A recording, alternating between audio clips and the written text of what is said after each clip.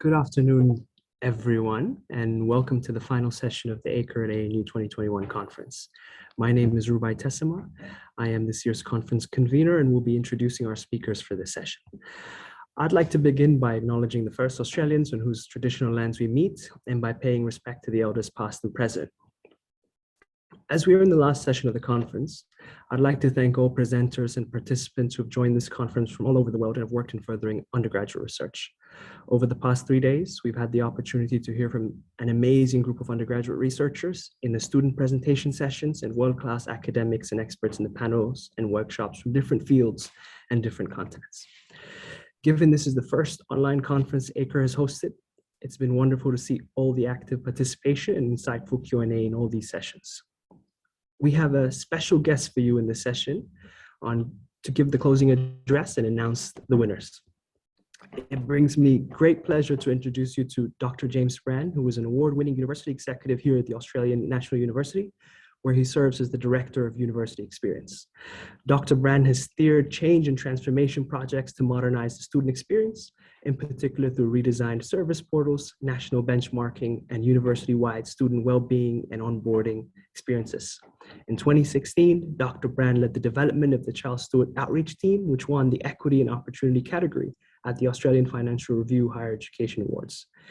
He holds a master's degree in education, a PhD in politics and international studies, and has provided educational leadership in Australia, Southeast Asia, and Europe.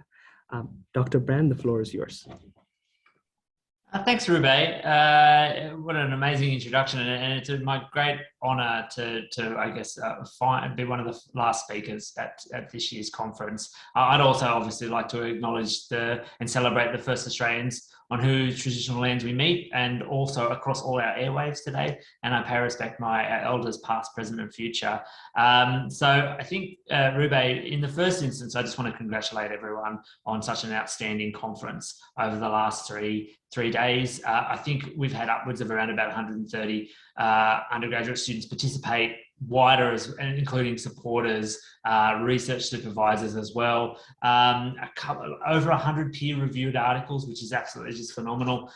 Thank you so much to our 40-odd judges that have been part of this from day one, and obviously putting such a large lens over the work of our undergraduate community, and including just all the keynote speakers, presenters, workshops that have taken place after the last three days, around 11 or 12 of them, which was absolutely fantastic. And a big thanks, obviously, to people like Rubai, Caitlin, Asha, and our student groups who have been there from the start. I've been extremely proud of the work that ANU have done today. And in the last couple of days, it's just been absolutely fantastic. But mostly I've also been blown away just by the caliber of work that has been on display. Some of my favorite keynotes have been, obviously, there was a fantastic keynote about just being bilingual or multilingual, I guess you could say, and how beneficial that is to be out in the world and learning different languages and the impact that has not only your research, but on your future career. There was an incredible one around conflict, which I just found riveting and terrifying all at the same time. But to hear how those people work in those environments, but also are able to be a professional outfit and whatnot, was just incredible. And last but not least, I always really will say that Inga's presentation today on how to be a PhD student was just fantastic. I was a big fan of Inga before I joined the ANU. I had Inga's book as a PhD student, so to see it online and being talked with directly to Inga was incredible. But last but not least, obviously the incredible amount of student presentations and whatnot throughout the last couple of days. There are too many to name, and I think that's a testament to the incredible workshop that you guys have been holding, but also just the experience, the level of detail that's been presented, but the huge ideas that have been on display have, just really brightened my week, given that we're all sort of locked down in Canberra at the moment. It's been an incredible opportunity just to jump in. I guess so. The conference theme obviously was about your search our future. And I've been asked to, I guess, just reflect on that. And I have a couple of reflections that I hope to share with you today. I must admit, it is odd just to be talking basically to myself and Rube. So Rube's being very engaged, which is good. But ultimately, I think your undergraduate research, I think, is such an important thing at the moment. And I guess not so much just research, but uncovering the truth is something that I think I'll say that is the most important part of why this conference is around and what it actually brings to a wider community. So why do we need to uncover the truth? I think it's probably been mentioned quite a lot of times already in the presentations, the keynotes from Grady, and obviously our chair of ACUR as well, about the current context in which we sit, the current environment that we sit, and this real, trend of anti-intellectualism that just seems to be quite pertinent across the globe through some of our political leaders, through some of our media, but also where we come from. And I hope I don't indulge too much, but I grew up in a rural town in New South Wales, and my family was absolutely lovely, but there was this real bent on making sure that you weren't the smartest in the room, or a smart ass, as they used to call you if you tried to be too smart. They didn't mean to do it, but anti-intellectualism started there at the dining table, where you weren't allowed to talk about politics, media, what was going on in the world. And that meant that sometimes things went uncontested. What you heard in the local newspaper or what you saw on the local television was seen as the truth, and it wasn't really tested. You weren't allowed to challenge anything. You weren't allowed to get to the bottom of it, because if you did, you were seen as a bit of a smartass. And that's something that I think carried on for a larger part of myself anyway. When I got into year 10, I wasn't a very good high school student at all.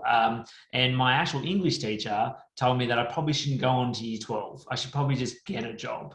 Lucky to him, I'm also quite stubborn and didn't quite listen to him, because that's how anti-intellectualism even permeates our schools, where if you're not getting the right grades or you're not turning up to the right classes, you're not smart enough as well. And I think that's something that really stayed with me right until I did my own undergraduate degree at Charles Sturt University in Bathurst, and then was fortunate enough obviously to do my postgrad at the University of New England, and then my PhD at the University of New South Wales.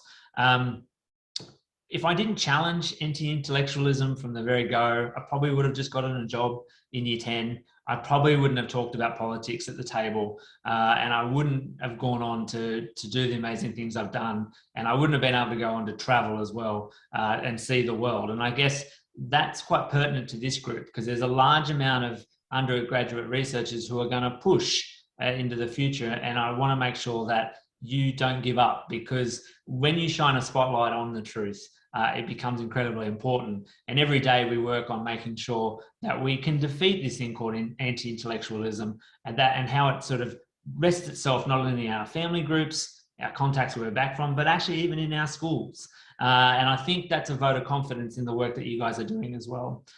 There's another second point that I wanted to really make sure that I picked up on, and that's because it's undergraduate research, which is a foundational part of ANU student experience. And it's a really good thing, because I guess undergraduate research allows you to fail, and allows you to fail really, really well. Because while your research doesn't matter at this stage, it's still a training opportunity, and it's still an opportunity to learn about mistakes. And I guess I learned very early on in my undergraduate degree that perfection was the enemy. And that's why these sorts of things are so important for people like yourselves, where you can test new ideas, you can throw caution to the wind and throw out big ideas or have big swings, but also refine the methodology you're using, find the tools that you need, ask the questions that you don't know. It's a fantastic breeding ground to make sure that you can get it wrong early, so you don't get it wrong later on in life.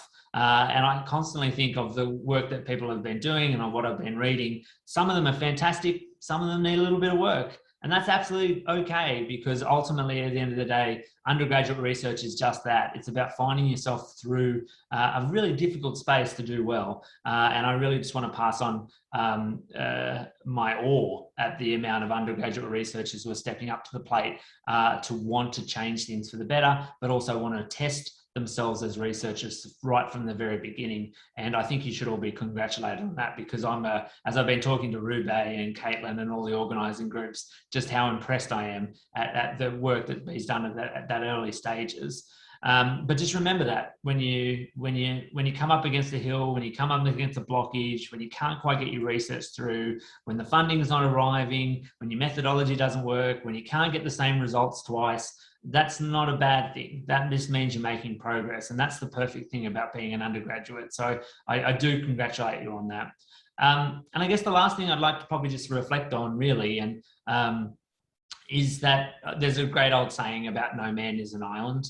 And that's quite true when it comes to research. So my own story. So again, I go back to, I had to kind of fight a little bit to become a student. I didn't quite know what it was and that sort of thing. And each time I engaged in it, I would, fail basically, and fail pretty spectacularly. I'd get back up and I'd have another crack at it. And iteratively, I ended up where I am today. And, still failing, still making sure that I'm making mistakes, because that's the only way we learn. But ultimately, the biggest failure I ever found as a researcher is that I tried to do it by myself.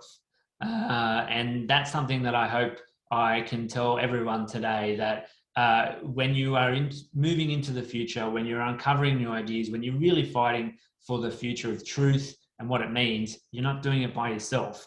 And that's a vote of thanks to not only research supervisors who I hope are watching today, but also some of the large support networks. So my story, my PhD took a very long time to complete, and it was not a walk in the park. I'm not a natural researcher or student, as I've already talked about. So everything was always a bit of a challenge to me. There were some questions in some of the other sessions about part-time study and that sort of stuff. I worked full-time and did my PhD part-time. And so what that meant is that at the same time I raised some kids, I owned a farm, and looking back on that, that was an impressive amount of work to do for someone in their early 20s. And then on. The long story is it took me around about 7 years to nail this PhD, with a gap year there.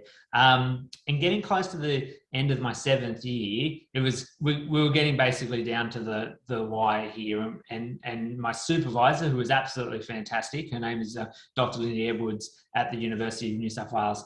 And she calls me up on the second draft of basically a chapter, and it was about March, and I can still remember it was last year basically. And she calls me up and she says, "James, I don't think it's got this. There's not a PhD here." And I was like, "What?" And it's not something you want to hear, because as researchers, you will know that the more you go into this world, the more you'll be challenged on your ideas, your structure, the tone of writing and whatnot. And she was telling me pretty straightforward. She'd been there for about 7 years, and she was having a hard conversation to tell me that my research wasn't up to scratch. This might be a master's of philosophy, it might get downgraded, we don't know. It was devastating. It was one of the hardest conversations I'd have to have, and basically got no sleep that night. I constantly ruminated on the fact that I think I've just wasted 7 years of my life. I'm not going to make this thing. I'll be made a joke of, and that sort of imposter syndrome that comes with anything where you're trying to do a good piece of work. And I called up someone that I really respected like 2 weeks later, and I said, and his name's Charlie. And I said, "Charlie, I don't know how to get out of this hole. And you guys will be in this hole. This is the bad part that comes with research. You will not find your way out unless you pick up the phone or email or Zoom." And I called up Charlie and I said, "Charlie, I don't know how to do this. I don't know how to get out of this hole. I don't know how to get help," and that sort of thing. And he stopped me and he said, "James, you've picked up on it straight away."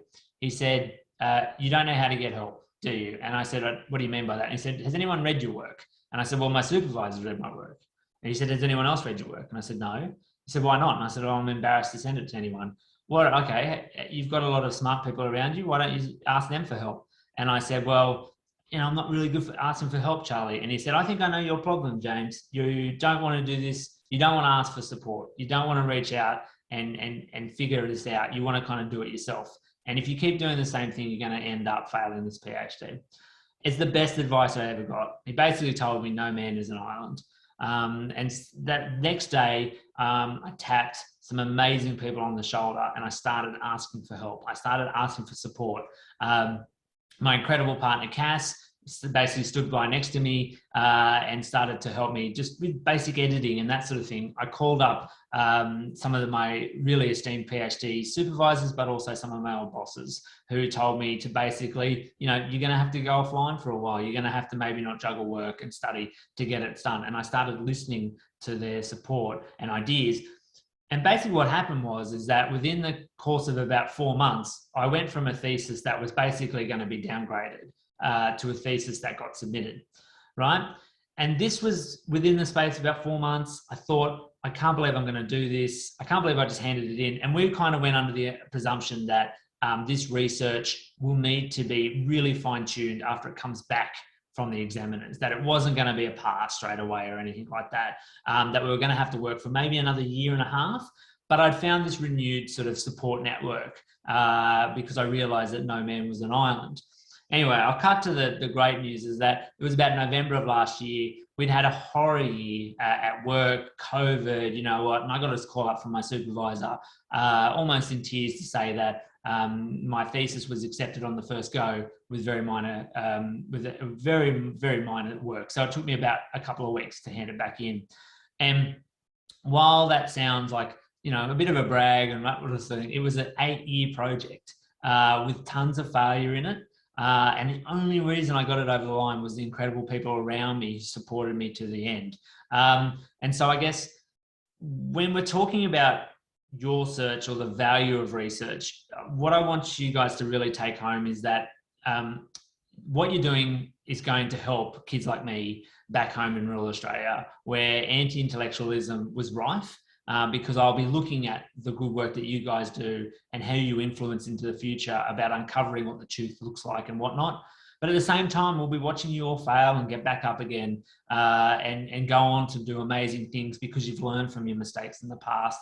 But then ultimately, my point to you guys is that as you move into the future as incredible researchers, know that you can't do it alone, that you have to reach out for support, that you have to reach out to the people around you. And I think that's why ANU is such an incredible place to work, study and learn, because we are so supportive of students like yourselves, that we do put networks together like this conference. And we really do promote that supporting and asking for help is the only way to be successful. So Rube, Caitlin, again, thank you so much for the opportunity to just thank everyone to close this amazing conference, but also hopefully you take a little bit from my stories about where I come from and why uncovering the truth, making sure you fail time and time again, and ultimately reaching out and asking for support is your future. And I hope you take that on board as you go on and do incredible things.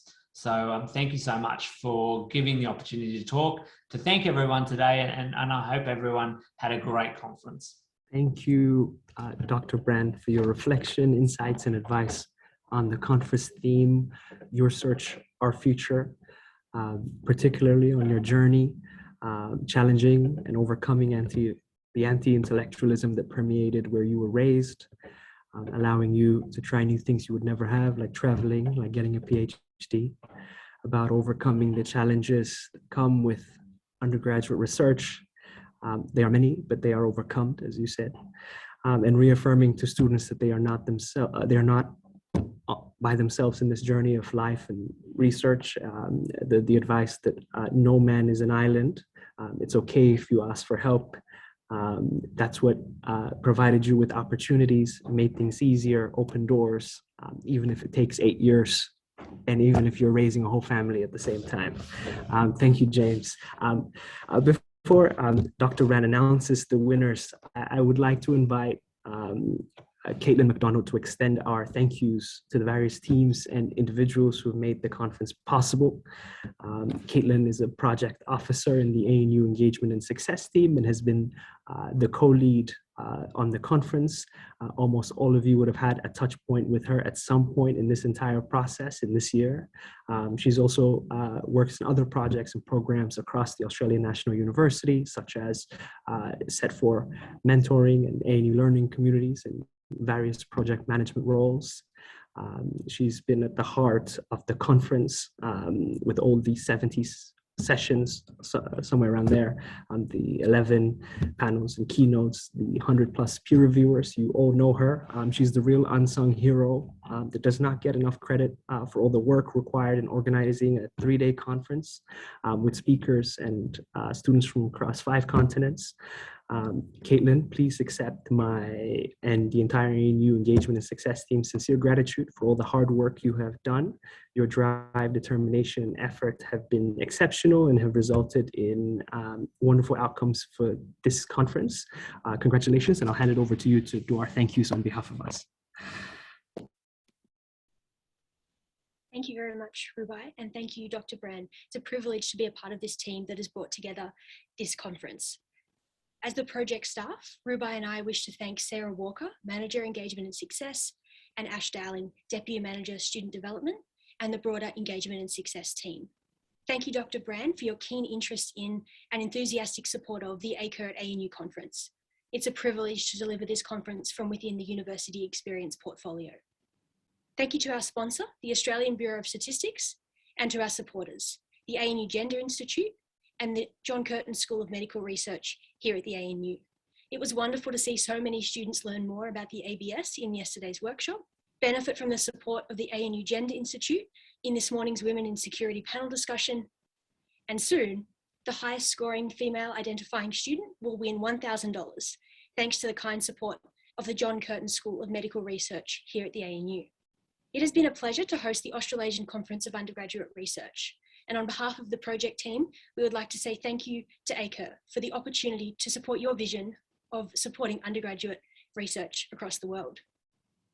Thank you to the chair of ACUR, Emeritus Professor Angela Brew, to Donna Bennett, and to the wider ACUR executive team. Thank you also to the ACUR Student Committee. The hard work and enthusiasm of our ACUR ANU student volunteer team has fundamentally shaped our programs of panels, workshops, and keynotes, and we could not be prouder of their contributions. Thank you, Sneha Bal, Fiona Ballantyne, Lucas Greenslade, Oliver Herver, Rihanna Sandiford, Sophia Rodolfo, Cheryl Singh, and Shruti Vele. Thank you to our team of more than 30 international panel and keynote speakers and workshop hosts. Our speakers have joined us from around the world, as well as throughout Australia, including here in Canberra at the ANU, to engage, inspire our attendees. We would like to thank the ANU Academic Skills team for their guidance throughout our planning and preparation process.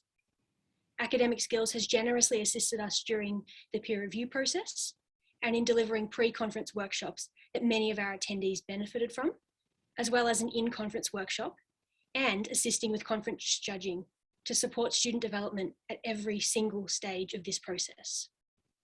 Thank you, Twee, Gillian, Viv, and Ben, and of course to Tara for making that support possible. We are very grateful to our team of over 150 peer reviewers and judges from around the world who have been so generous with their time and expertise in supporting our student speakers. They have provided extensive feedback, volunteered hours of their time, and worked closely with us, the organising team, to ensure the best possible outcome. We would also like to extend our sincerest appreciation to Lauren at the ANU Communications and Engagement Office for her generous support in developing and delivering the online conference ecosystem.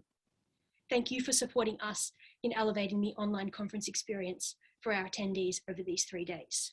Finally, thank you to the 149 students and their supervisors from around the world for their commitment to undergraduate research and for giving this conference its motivation, its purpose, and its vibrancy. It's been a pleasure to welcome you, and we are delighted to have heard so many stories of success and enjoyment already. I would now like to invite Dr. Brand to announce the winners. Following this, we invite all winning students to stay behind in the Zoom call for some digital photos, the opportunity to meet Dr. Brand, and to meet Angela, the chair of ACUR. Thank you very much, Dr. Brand. Thanks, Caitlin and Rube, and incredible words again, and my vote of thanks backing on to Caitlin as well for all your hard work, and Rube for this incredible conference. The level of professionalism was outstanding, and thank you so much for that. So I've got a couple to announce today. Now, interestingly, we came right down to the wire in terms of the winners and that sort of stuff, and based on the panels. Results. Now, interestingly though, in many instances, we have a large amount of ties, which is great because I think that means that Rube and Caitlin, you can interject here, but my understanding is that there was quite a many that received the highest marks throughout the panel decisions, and I think that's just an incredible amount of work to be getting perfect scores, even if I gave just a speech about the dangers of perfectionism. So hopefully the irony is not lost on anyone today. I'll probably start with oral, the first, which is the oral presentation, and the people who are winners based on that. We actually have a tie, well, three-way tie for first. So basically today I'll be announcing 3 first places, which I think is just outstanding. So in no particular order, obviously, I'd like to announce the winners of the 3-way tie, which is Rebecca Hetherington, Andrew Quaitrochai, and Veronica Padla. I think I got that one last right, hopefully. So congratulations to all 3 of those who have basically 3-way tie. We hopefully get to chat to you guys after the sessions. I'll move into the poster presentations as well, which again was extremely competitive and fantastic to see such high marks from everyone there. In first place, we have Kira Simmons, and in second place, we have Amy Liu. So congratulations both to Kira and Amy. In the group presentation, again, ties for both first and second. So a 2-way tie for first, which first place in no particular order, obviously, is Asha Clementine and Rebecca Crisp. And then our second first place winner is Jessica Turner and Narelle Jones. So again, congratulations. That's absolutely a fantastic result. And finally, the John Curtin School of Medical Award for Best Female Presenters, obviously, of those who identify as female, go to Rebecca Hetherington and Veronica Padilla as well. So thank you so much for all the submissions across the board, and congratulations to all the winners. I hope to speak to some of you guys after the end of this conference, but yeah, fantastic to give out such amazing awards, but also just to see how many have topped the pool, but also with such high marks. And it's really hard, obviously, not give 1, 2, and 3, but when you get perfect marks, that's how we have to do it. So congratulations all those for sharing those first prizes, and congratulations to everyone who submitted theses and submissions and presentations throughout the last 3 days. So thank you, Rube, and thank you, Caitlin.